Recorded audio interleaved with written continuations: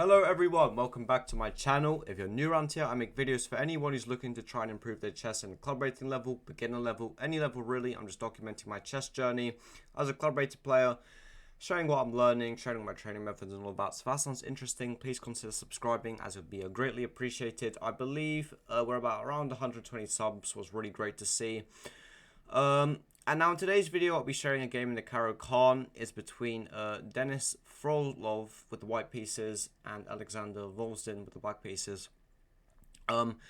Yesterday I showed the theory to this opening, so if you want to see it, I'll leave it in the description.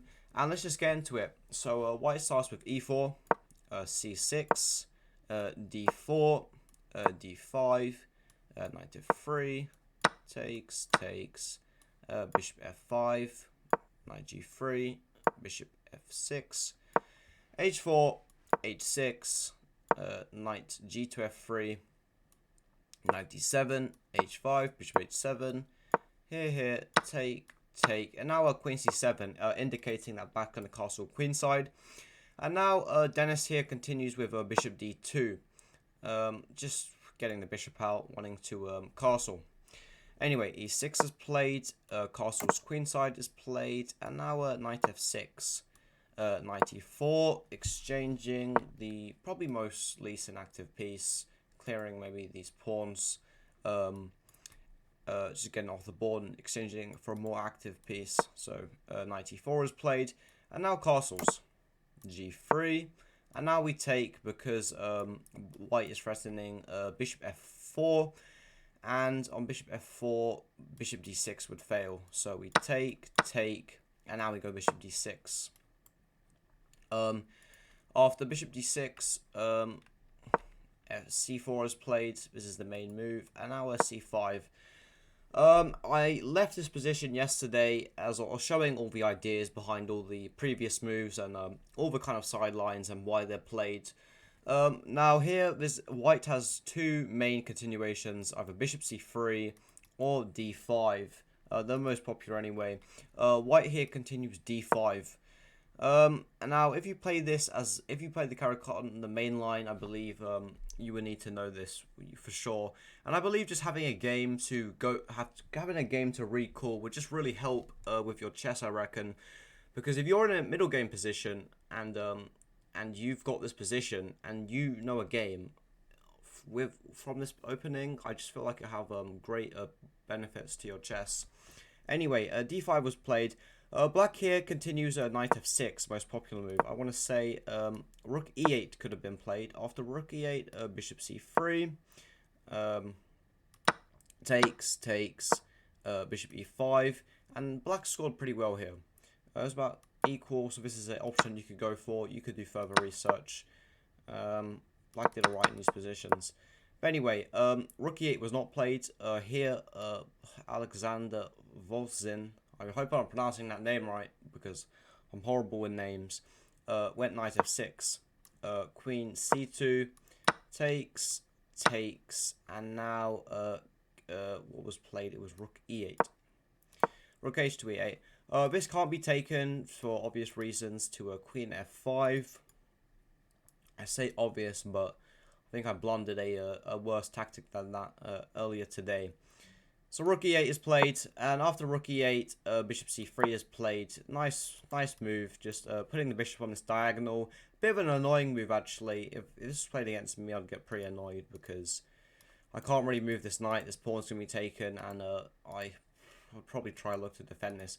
But anyway, Alexander Volzhin, he's a grandmaster. He knows what he's doing. He knows that he doesn't mind. Like he doesn't care about the things that I'm scared of.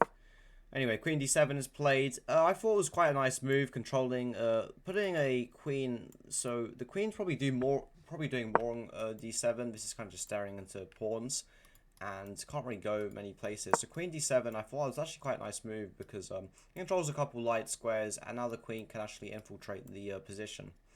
As these pawns are on dark squares, there's some holes that can be infiltrated. Anyway. But, however, Denis Frolov, excuse me, I'm pronouncing the names horribly wrong, takes this opportunity to double the pawns and isolate them. So now this position is actually kind of strategically a lot worse for black, and white definitely has a strategic advantage, maybe even winning. If the game is played absolutely to the most perfection ever. But however, black does get a compensation, as you'll see. Now there's the most obvious idea to me anyway was knight h4. But Denis plays a very nice move first. He goes king b1. It's a very nice prophylactic move, and it's quite a deep move actually, because after knight h4, what I would probably play rook e5. Say there's a very interesting line, f4, rook h5, queen e2, pretty much trapping this rook. After takes, however, we can check, and because the queen is on c1, we can take it. And after this was taken. After this, take.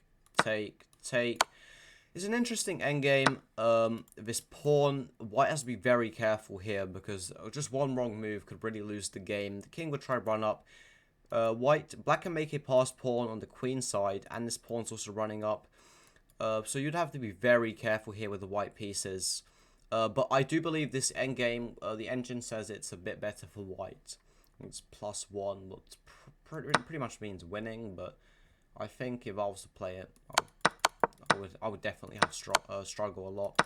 So anyway, the line I was showing, so king b1 gets out of the way of the check after, so say after king b1, now we go, let's say a6, knight h5, rook e5, f4, takes, queen e2, looking to trap the rook. After takes, there's no check. So king b1 is actually quite a deep move, actually. Yeah, king b1 is quite a deep move. Anyway, black takes his chance to also get his king to safety, king b8. Knight h4 is played. And now rook e5 is not actually played, queen g4 is played. And I believe this position still like fairly has been reached quite a lot of times, as this is coming from a very theoretical mainline opening. So queen g4 is played, and now queen f5 is played. What I don't think was the best. I think knight f5 was a bit better. Very interesting line here. Pay attention here, because it gets pretty crazy. Rook e2 could be played. After rook e2, knight h6, saying that if we take our queen, however, queen f3, after queen f3, queen f5, takes, bishop e5, king c1, queen a1, king d2, check, king e2, queen a2, king f2, and you see here after this takes, and we win back the rook. Take. We get two pieces of material. We get all these pawns. What it would normally be winning, however, after knight g4, this h pawn is just rolling down the board. But I thought it was a very nice attempt. It had been played before. It's a very creative attempt from black, but it just failed. But that was a very interesting line if the knight h4 was played. However, knight f5. Queen f5, however, was played, and now queen e2 was played. And now I think white thought he had black, but after rook e1, black just sacrifices anyway. Takes, king c2, and now after king c2, rook e2, king d3, and now rook e5. This is quite nice. However, we do have these very weak pawns, especially with just a loose king roaming around. Yeah, these pawns can get eaten. Rook e5 was played, takes, and now a nice move, not rushing and taking, just being composed and playing a bishop c7, wanting to take with this rook, as it can create more of a kind of a mating net. So anyway, takes, rook, queen h6 was played, and now this is a passed pawn, very dangerous. So black will have to really do something decisive here. Takes, rook c2 was played, king c1, and now a6, just a nice move, giving the king a bit of a loft. Rook f8, so queen f8, and now a rook d8, bringing the rook back, hitting the queen. However, white takes this opportunity to take this pawn, bishop e5. Now notice this queen, sorry, notice how his knight is just on the edge of the board. Knights on the rim are dim, or grim, whatever, however the saying goes. But you see it here. However, black doesn't have a queen. He's got 2 rooks, but he's using his pieces very well. Like this position still looks very scary. But he would need to do something fast before this pawn promotes. So it's quite a race. Anyway, queen b3 is played, and now rook f2. H6, giving the king some breathing space. Sorry, not a3, h6. Running this pawn down. I was at 1, 2 moves away. C4 has played a nice attempt to distract this queen from this diagonal. Because of takes, we can also go rook c8. But queen b6 was played. After queen b6, you probably guessed it. Rook d to d2. It's just a killer move. h7 was played. However, after rook c2, white resigned. I'm sure you work out how black wins here. Takes. This is taken. This pawn, you can always go bishop h8, move the king back, move the rook back, and if this is played, then this, check this here. This is just mate. Or white would have to give up the queen. So anyway, hopefully you enjoyed this little game. I thought it was good. I thought it was quite useful. I found it quite useful to me because I'm trying to learn this opening, and now I have a kind of a game to go through. Kind of after the theory and kind of the middle game ideas. I believe just knowing the middle game is just so important in chess. I put so much focus on the middle game. And just learning these games gives you more information, more sources to draw from when you get these positions. So hopefully you enjoyed it. I'll leave the players' names in the description. And thank you for watching this video. I really appreciate your effort and time. And have a good rest of your day.